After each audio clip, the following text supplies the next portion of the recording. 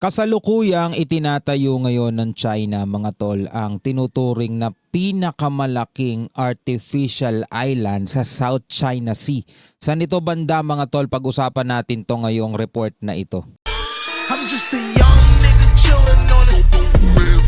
First time I seen ice was a Mula rito sa Net25 News and Information, mga tol, patuloy ang pagpapalawak daw ng China sa itinuturing na pinakamalaking artificial island sa Antelope Reef. Sa may Paracel Island to, mga tol, sa may South China Sea. So alamin natin ang buong detalye mula rito sa report na to, mga tol. Patuloy pong lumalawak ang pwedeng maging pinakamalaking artificial island ng China sa South China Sea na matatagpuan sa Antelope Reef sa Paracel Islands. Batay sa inilabas ng satellite images, umabot na sa halos 1,490 acres ang nagawang lupa ng China sa rehiyon. Ayon sa Asia Maritime Transparency Initiative, posibleng malampasan ng bagong artificial island ng China ang Mischief o Panganiban Reef, ang pinakamalaking outpost ng Beijing. Sa rehiyon na nasa 1,504 acres ang sukat. Alam natin, 'di ba, kung tatanungin natin ng international law, 'di ba?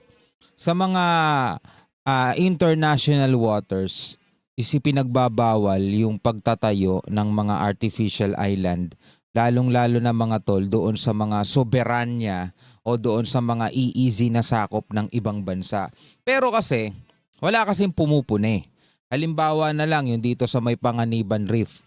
Hindi naman yan itinayo ng China ng isang araw lang, 2 araw, 1 buwan. Tinatayo nila yan ng mahabang panahon. Pero wala kasing pumupuna, walang pumapansin. At kung kailan nandiyan na, kung kailan nakatayo na, kung kailan na-develop na, saka ngayon nagngangangalngal yung mga bansang apektado. Like for example, dito sa Pilipinas, mga tol.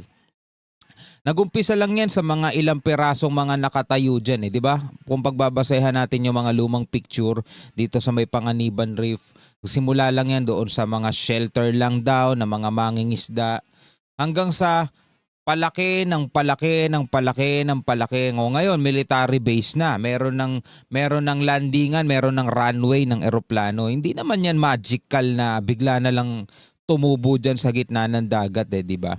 Andiyan dyan yan mga tol, unti-unti, di ba? Walang pumapansin, walang pumupuna. Kung meron mang pumupuna, wala naman ding umaaksyon, di ba? Anong gagawin ng China? Wala naman pumupuna. Di pinagpapatuloy nila yung ginagawa nila hanggang sa ngayon. Nakikita natin, mga tol, ang laki-laki na at lawak-lawak na. 'Di ba? Tayo nga hindi tayo makapagtayo ng ganyan Bakit? Kasi sinasabi natin na against the rules, bawal, hindi pwede, 'di ba? Pero ang totoo, wala rin naman talaga tayong pantayo. Ngayon, nagtatayo na naman ng China, mga tol, ng pinakamalaki. Baka nga daw malagpasan pa itong Panganiban Reef 'Di ba? Tapos kung kailan nakatayo na, sa kabila may magrereklamo. Sinimulaan ang dredging o paghukay sa naturang site noong Oktubre taong 2025. Base pa sa mga ulat, maaaring gamitin ang Antelope Reef bilang Navy base, Coast Guard at Maritime Militia operations ng China. Pwede rin nila itong maging pasilidad ng militar katulad ng surveillance systems at missile systems. Buong South China Sea, mga tol, no? Kinakalatan na ng China ng iba't ibang mga artificial island nila hanggang sa maging kontrolado na talaga nila yung buong South China Sea. Ito nga rin yung pinag-uusapan nitong nakaraan Posible nga bang gawin ng China ang ginawa ng Iran dito sa may Strait of Hormuz kapag nagkaroon, for example, ng hindi magandang sitwasyon is isasara nila o kaya kokontrolin nila? Hindi naman ang South China Sea, hindi naman siya katulad ng Strait of Hormuz na maliit lang. Choke point. Malawak ang South China Sea. Pero sa dami ng mga base ng China, sa dami, for example, itong mga artificial island nila na nagiging parang chain na, 'di ba? Posible na nilang magawa 'yan. Kapag yun ay nangyari, mga tol, posible na talagang gawin ng China. May kakayanan na sila.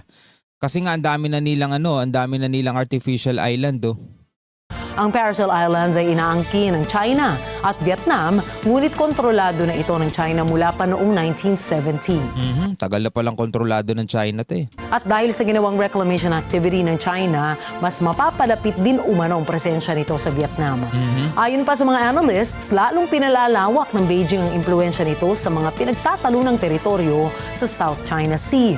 Matatandaang hindi ito ang unang pagkakataon na nagsagawa ng reclamation activities ang gobyerno ni Xi Jinping.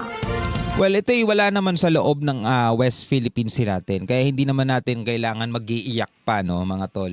Pero etong nakikita nga natin is pagpapalawak talaga to ng puwersa ng China, ng impluensya ng China dito sa kabuuan ng South China Sea.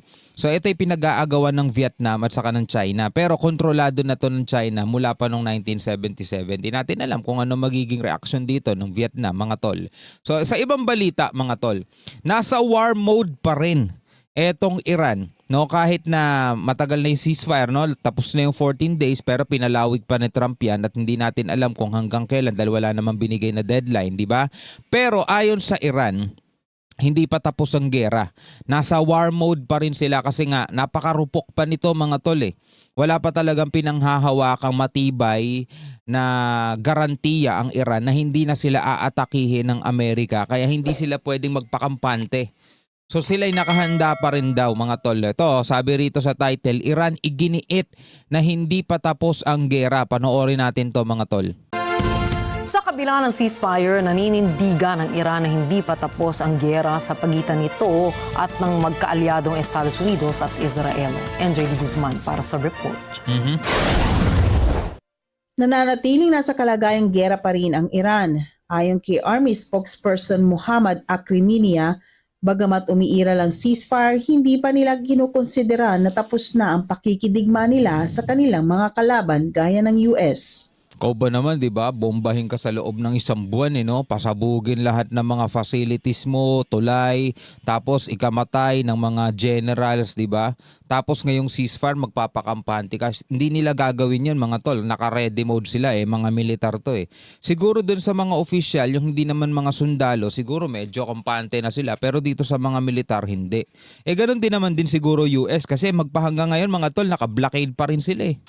ارتباط با وضعیت فعلی ما جنگ رو Regarding to the current situation, we have not considered the war to be over. Hindi nila kinokonsidera na tapos na ang gera. تمام شده تلقی نکردیم از همون روزی که جنگ متوقف شد و From the day the fighting stopped and in effect a ceasefire of silence took place on the battlefield. Okay? حالا به تعبیری آتش بس یا سکوت صورت گرفته در میدان جنگ به دلیل اینکه اعتمادی وجود نداره. Since there is no trust in the United States and our enemies, so wala silang tiwala. So kahit na nagsimula na yung ceasefire o wala na, silence na, tahimik na, mga tol, pero hindi pa rin nila kinokonsiderang tapos na ang gera dahil wala silang tiwala sa Amerika at sa kanilang mga kaaway. به امریکا و دشمنان ما همیشه به همون شکلی که در طول جنگ عمل می‌کردیم. We have continued in the same way as during the war, making serious efforts to update our list of targets. Okay? با جدیت تلاش کردیم اهدافمون رو بروز کنیم، بانک اهداف رو بروز کنیم. Ayon kay Akraminia, patuloy ang Iran sa pag-train sa sandatahang lakas nito at paggawa ng bagong mga kagamitan panggera mula nang umpisahan ang ceasefire. Aniya, wala silang tiwala sa Estados Unidos at iba pang mga kaaway. آموزش هامون رو ادامه بدیم از تجربیات جنگ.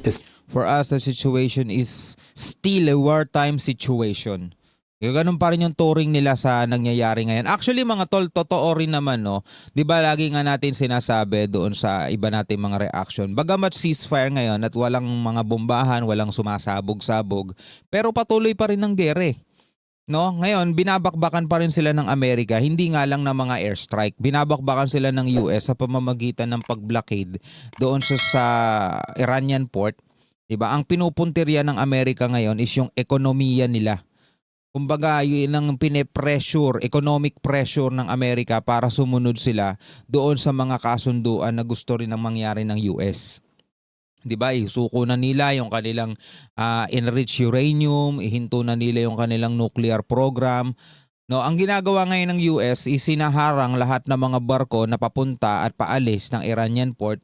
Sa pamamagitan nun, pinipigil ng Amerika yung income nitong Iran na magagamit din sana ng Iran para mas ma-develop pa yung kanilang mga, yan, halimbawa nitong mga missile, mga ganyan. Diba? So yun, dun sila binabakbakan ngayon. Hindi nga lang ng mga bomba.